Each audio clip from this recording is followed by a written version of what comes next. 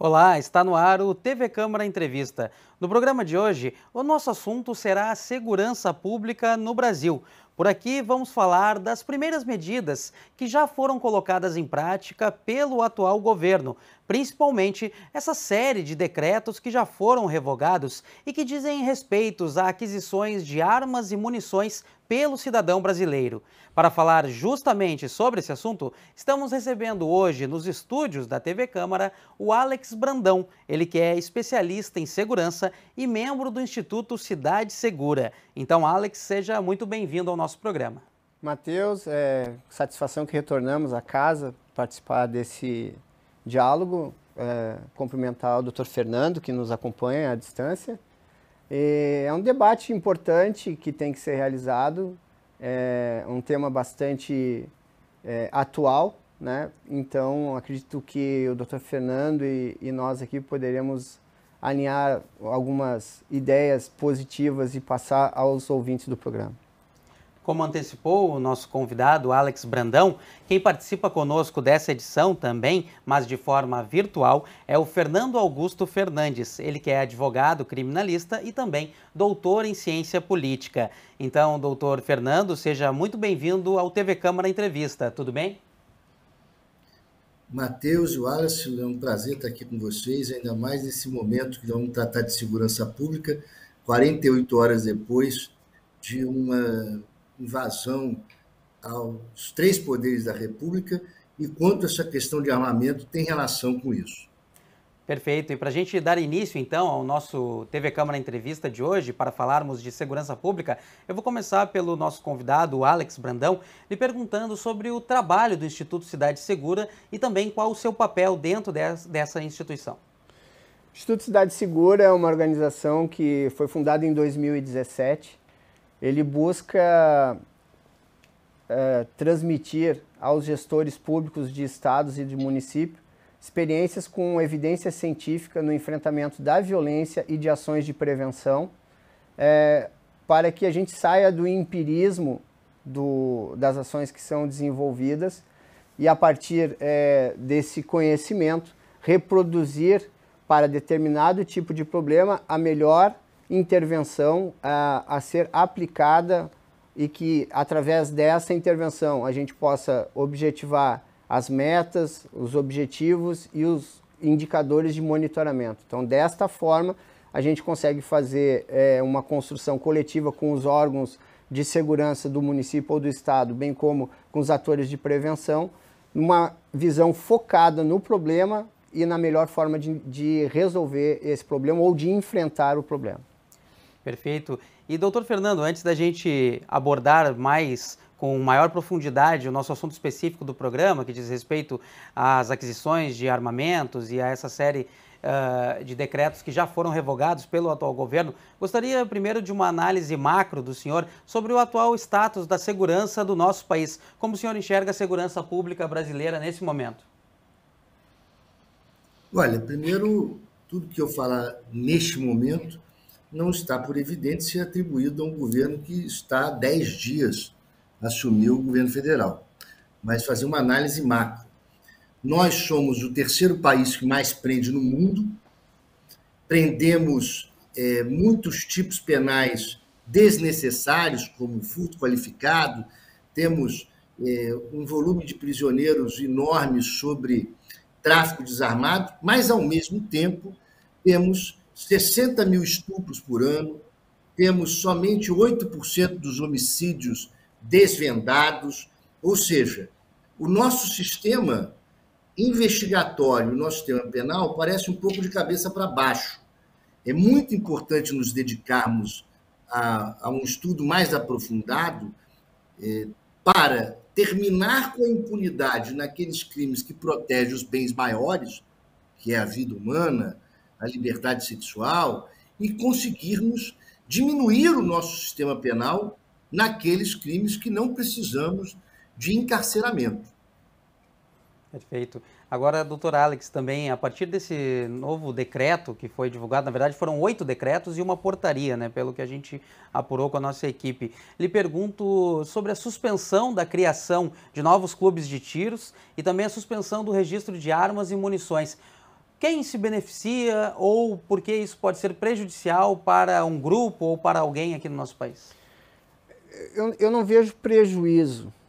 O que eu analiso é que nesses últimos anos houve um acesso muito facilitado às armas. E evidências científicas no mundo, e inclusive estudos no Brasil, demonstram que mais armas não corresponde a menos crimes e menos violência. O que se percebe que esse decreto, que ele foi bastante cauteloso, os decretos, os movimentos, os atos foram bastante cautelosos, porque houve muitos documentos criados e em um ato só você não poderia fazer, conter a situação que foi desenvolvida através desses expedientes que foram editados. Eu percebo que foi uma forma muito cautelosa e muito inteligente, porque, embora não está retirando armas, né, não está impedindo armas que já estão em circulação, mas, sem dúvida, está segurando que novas armas sejam comercializadas e vai dar, através desse grupo de trabalho que foi instituído, condição de analisar melhor qual é a forma e a intervenção, qual é o método que deve ser disponibilizado o acesso às armas. Veja bem, desde o Estatuto de Desarmamento, desde quando a gente teve o plebiscito, onde foi votado pelo não do artigo 35, se não me falha a memória, nós tivemos aí a comercialização de armas. O acesso de armas tem um processo a ser respeitado, né? Você tem que ter certa capacidade técnica, psicológica para ter o acesso às armas. E então, nós não tivemos o impedimento de aquisição de armas. Quem tinha necessidade, tinha capacidade e condições de ter, tem. Os CACs facilitaram o acesso e principalmente a circulação. Inclusive, vários clubes de tiro nesse período começaram a ter expediente 24 horas para proporcionar aos seus associados que andassem com armamento livremente pela rua. Então, acho que esse decreto ele vem de uma maneira cautelosa, mas muito pertinente, a fazer com que se tenha, a partir de agora, uma análise específica da lei do Estatuto de Desarmamento e construindo métodos de que, de uma forma equilibrada, as armas continuem a ter o seu comércio, o seu uso, quando necessário, pelas pessoas capacitadas. A gente sabe que, pelo lado da oposição, falando dos partidos políticos, muitos parlamentares estão defendendo um certo revanchismo, que seria essas revogações feitas pelo atual governo, que recém tomou posse no início de janeiro aqui no nosso país. Ele estaria sendo revanchista ao revogar medidas encaminhadas pelo governo anterior. Como o senhor analisa essa fala dos parlamentares de oposição aqui no nosso país? Matheus, é muito claro, a percepção de lado A ou B sempre vai ter essa dissonância. O que eu posso falar, pela análise que fizemos, e como eu sempre gosto de trazer sobre as evidências científicas, tanto documentos no Brasil quanto fora do Brasil, estudo, meta-análise sobre a questão do armamento, mais armas não há uma referência de mais armas em circulação com menos crimes, pelo contrário. O acesso às armas possibilita questões de violência intrafamiliar, suicídio, agressão e casos que a gente percebe em escolas. Então, acho que esse diálogo do revanchismo, ele não procede mais. A gente tem que perpassar essa questão de analisar o A e o B e pensar num conjunto de intervenção, no conjunto do que realmente isso está buscando, né? A circulação de armas traz um risco maior, né, para as pessoas do convívio, né? O próprio armamento, a maneira com que é acondicionado dentro de casa. Então, isso prejudica muito. Então, eu acho que não é uma questão de revanchismo, é uma questão de se ter as evidências científicas e trabalhar com as evidências científicas na redução dos problemas. E essa questão não seria, então, uma medida abusiva do atual governo, na sua visão? Veja bem, eu não estou dizendo que não possa ter arma, que o cidadão não possa ter arma de forma alguma. Eu acho que sim, ele tem o direito, respeitando os critérios que lhe dão condição de ter arma, ele tem que ter o acesso. Mas veja bem, nós tivemos uma liberação de armas de calibres restritos. Nós tivemos o acesso a armamento pesado para o cidadão civil. Que tipo de enfrentamento, ou qual o risco que ele vai utilizar esse tipo de armamento?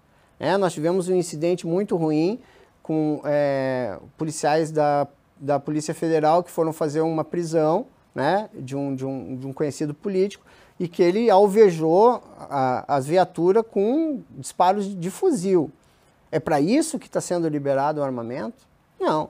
Né? Então, o risco de você colocar um armamento de grande poder nas mãos de pessoas não qualificadas, né, e não tendo a necessidade de ter esse tipo de armamento, causa essas situações. Né? Então, ainda bem que naquele momento não tivemos nenhum prejuízo maior à vida, mas estava claro o risco, iminente o risco de ter, inclusive, caso de morte naquela intervenção. Né? Então, eu acho não tenho tranquilidade de dizer que o problema não está no armamento, o problema está o acesso de uma forma muito livre, desenfreada, a qualquer tipo de armamento, a quantidade exacerbada de munições. Né? Se não me falha a memória, o atirador esportista ele tem direito a ter 60 armas pelo estatuto antigo, né, pelos os decretos antigos, e 5 mil tiros por ano. Se ele tiver 60 armas, né, vamos fazer um cálculo, e 5 mil tiros, ele vai ter disponível 25 mil tiros por mês. Para que isso? Não tem uma necessidade ou uma explicação que justifique você ter todo esse potencial bélico dentro da sua casa para defender seu patrimônio. Doutor, eu acredito que essa questão nos leva a pensar na questão de fiscalização e controle sobre essa dita liberação desenfreada das armas e também das munições. Quem no Brasil controla a liberação das armas para os CACs? Esse controle é feito pelo Exército, né? Mas acredito que após essa análise que será realizada lá nesse grupo de trabalho, acredito que a Polícia Federal vai ser o órgão com expertise melhor e disponibilidade para poder fazer esse trabalho. Né? A gente traz também aqui o relato de alguns CACs que a gente entrou em contato, que segundo eles, essa dificuldade que os decretos venham a trazer para eles vai dificultar muito a prática do esporte para o atirador, por ter um número reduzido de munições, enfim, como o senhor falou, disponíveis mensalmente ou anualmente. Lhe pergunto se o senhor vê algum impeditivo para a prática do tiro como esporte no nosso país a partir dessa série de revogações. Esse tema que tu coloca, ele é importante e vai provavelmente ser debatido neste grupo. Porque o que eu estou tentando esclarecer é justamente isso. Se você é um atirador e tem a comprovação de que vai participar de eventos e que tem a necessidade de aquisição, comprove a necessidade de aquisição. Do jeito que você tinha anteriormente, você tinha liberado 5 mil tiros por arma. Né?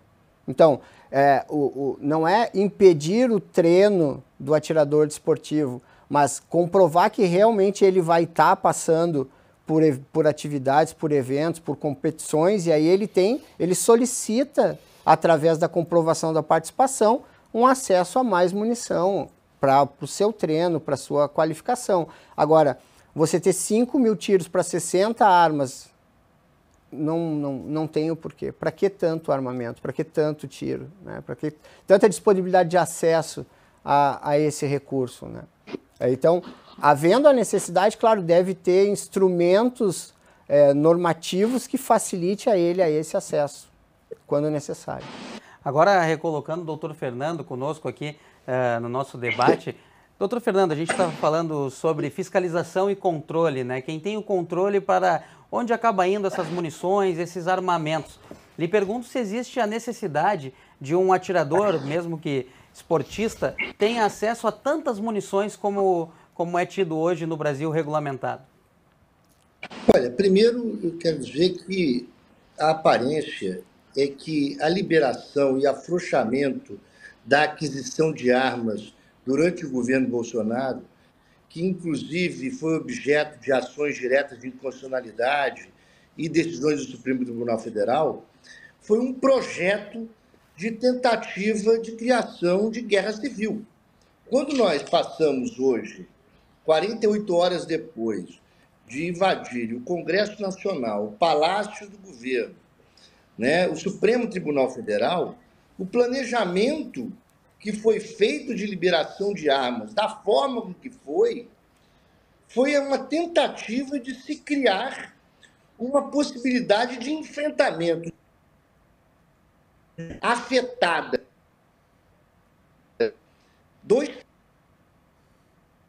Às vezes, o presidente, um povo armado não é escravizado, o que, na verdade, é uma lógica de discurso.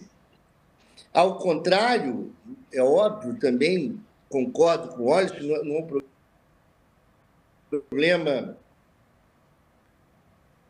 no Brasil, não é uma concessão do Estado determinada. E, na verdade, o que se viu, por exemplo, até afrouxamento de possibilidade de andar armado se fez, com criação de possibilidade de porte de armas para transportar armamento. Ou seja, o decreto, inclusive, veja, ele determina o recadastramento de todas as armas adquiridas durante os decretos de Bolsonaro. E mais, apesar da lei de 2003, ela prever que as armas de uso restrito são de registro nas Forças Armadas, o decreto cria uma segunda necessidade, o que não é ilegal, porque não retira o registro das Forças Armadas. Qual? Das armas de uso restrito em mãos de civis serem também cadastradas na Polícia Federal. Porque o que estava se vendo eram dois sistemas de registro diferentes com impossibilidade de controle do armamento na mão da população civil. Portanto, é um projeto legal, um projeto que ganhou a eleição e um projeto que visa controlar o armamento na mão da população civil, armamento pesado e desnecessário. Perfeito, o doutor Fernando falava desse afrouxamento das regras para aquisição de munições e armas. Tivemos uma pequena instabilidade no sinal ali, mas conseguimos alcançar a ideia do doutor Fernando nos passar sobre essa necessidade de recadastramento das armas adquiridas durante o governo Bolsonaro. Então, pergunto para o Alex se existe algum estudo que comprove, demonstre ou determine para onde essas armas acabam indo parar. Porque a gente sabe que muitas das armas que são, em princípio, adquiridas pelo cidadão comum ou pelos CACs, acabam indo parar depois, através de roubos ou também de maneiras não legais, nas mãos de criminosos.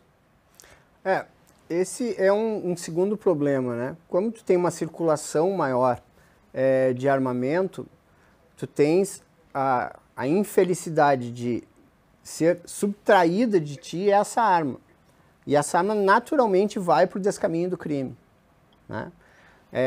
Além, claro, de informações que se tem de que diretamente certos grupos estão tendo acesso a esse armamento que viria para questões legais.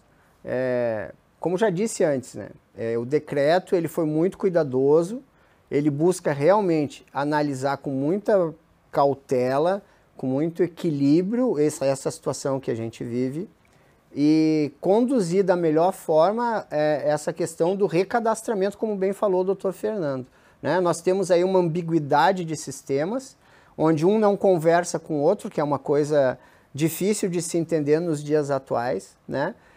A partir só desta conversa e desse recadastramento, a gente vai poder ter um panorama do que realmente não existe mais legal. Assim bem como o proprietário de arma que venha a falecer, como é que vai ficar essa situação se dentro do espólio dele não tem nenhum atirador, né? Como que fica esse armamento? Vai passar como sucessão?